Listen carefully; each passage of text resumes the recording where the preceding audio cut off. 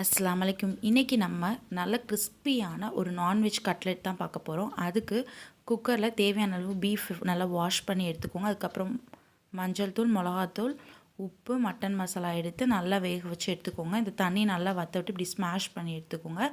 ஒரு கடாயில் எண்ணெய் ஊற்றி சூடானே சோம்பு, இந்த மாதிரி பொடியாக நறுக்கின பெரிய வெங்காயம், இஞ்சி, பச்சை மிளகா, மட்டன் மசாலா, சால்ட் ஆட் பண்ணி நல்லா வதங்கினதுக்கப்புறம் நம்ம பாயில் பண்ணி வச்சுருக்க பொட்டேட்டோவையும் ஆட் பண்ணிக்கோங்க. அதுக்கப்புறம் வேக வச்சு எடுத்த பீஃபையும் ஆட் பண்ணி இது எல்லாத்தையும் நல்லா மிக்ஸ் பண்ணிடணும். மிக்ஸ் பண்ணதுக்கப்புறம் இந்த மாதிரி பால் ஷேப்க்கு எடுத்து இந்த மாதிரி தட்டி வச்சுக்கோங்க.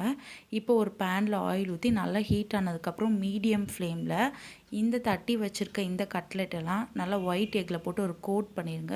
கோட் பண்ணிவிட்டு அதுக்கப்புறம் பிரெட் க்ரம்ஸில் போட்டு எடுத்துகிட்டு மீடியம் ஃப்ளேமில் வச்சு இதை நல்லா ஃப்ரை பண்ணி எடுத்திங்கன்னா உங்களுக்கு நல்ல டேஸ்டான கிறிஸ்பியான பீஃப் கட்லெட் ரெடி. இதை நீங்கள் சிக்கன், மட்டன் எதுலனாலும் பண்ணலாம். ஸோ ட்ரை பண்ணி பார்த்துட்டு எப்படி இருக்குன்னு சொல்லுங்கள். அஸ்ஸலாமு அலைக்கும்.